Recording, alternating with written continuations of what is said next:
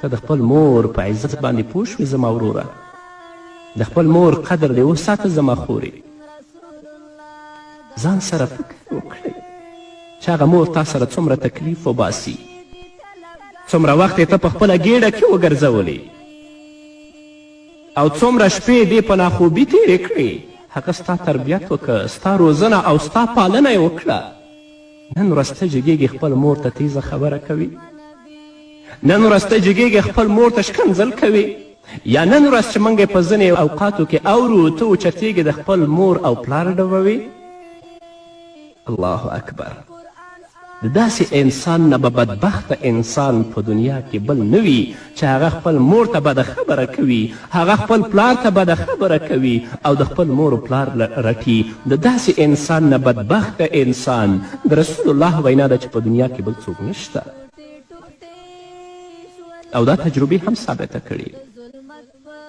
څنګه اخلاق او څنګه چلند چې تا خپل مور و پلار سره وکړه، همدارنګه چلند او دارنګه رفتار او اخلاق به ستا اولاد ستا سره کوي. که دې خپل د مور و پلار عزت وساته، د خپل مور و پلار قدر دې وساته، د هغو احترام دې وکړه، د هغو قدر دې وکړه، د هغو خدمت دې وکړه، اولاد به هم تا سره همداسې کوي. خدای مکړه تا خپل مور و پلار ورټل، هغو ته دې تیزې خبرې وکړي، د هغو خدمت دې ونه که، نو ستا اولاد به هم تا سره داسو کوي. او دا هم تجربې ثابته کړي. هغه چا چې د خپل مور و پلار دعا په دنیا کې واخیستله، د مور و پلار خدمت یې وکړه، هیڅکله به هغه په دنیا کې خوار نشي. الله به عزت ورکوي او په آخرت کې به هم الله رب العزت دې ته عزت ورکوي. په اوچته غاړه به الله ته ولاړ وي. نو قدرمنو اوریدونکو، مسلمانانو ورونو او خویندو، دا د رسول الله نصیحت دی چې تاسو د خپل مور او پلار سره ښه چلند کوئ. دا ډیر لوی نعمت دی، ډیر اوچت نعمت دی چې د دې نه لوی نعمت په دنیا کې زه بل نه وینم. د مور او پلار سترګو ته چې تاسو ګورئ دا عبادت دی. د خپل مور سره چې کینې خبرې کوي دا عبادت دی. ولې ځان د دې لوی نعمت نه محروموئ؟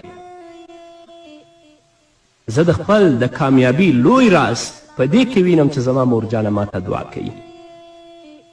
سهار چې د کورم راوځم ورشم د خپل مورجانې اسکه، ماښام هم چې کور ته راشم د خپل مورجانې اسکه ورشم. دا ورته چې ته ما ته دعا وکړه.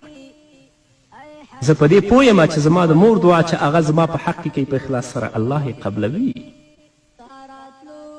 نو که غواړئ چې کامیابه اوسئ، د خپل مور و پلار دعا واخلئ، هغو سره ښه چلند وکړئ. همدارنګه په یو بل روایت کې چې مسلم د حضرت ابو هریره رضی الله تعالی عنه نه روایت کړی، هغه فرمایي چې د رسول الله صلی الله علیه وسلم څخه پوښتنه وشوه چې د الله رسوله په ټولو کې څوک ډیر زما د ښه چلند حقدار دي؟ رسول الله ویل ستا مور، بیا ستا مور، بیا ستا مور، بیا ستا پلار او بیا ستا خپلوان، څومره چې در نږدې وي هغومره حقدار دي. مور سره به ښه چلند کوي، د خپل پلار سره به ښه چلند کوي، او هغه څوک چې د ستا اقارب دي، ستا خپلوان دي، ته به د هغو سره ښه چلند کوي چې ته په ټولنه کې، په کورنۍ کې، خپل قوم کې د خلکو لپاره یو نمونه او یو مثال وګرځي. او که خدای مکړه پلار سره چلند خراب وي، مور سره تیزې خبرې وي، خپلوانو سره ښه اخلاق نه وي، نو په ټوله ټولنه او کورنۍ کې به خلک تا ته د انتقاد ګوته نیسي چې دا هغه کس دی چې دا خپل مور رټي، دا هغه کس دی چې په ټولنه کې ښایسته اخلاق نه لري. نو چې خلک مور او پلار درنه ناراضه شول، الله رب العزت به درنه ناراضه وي.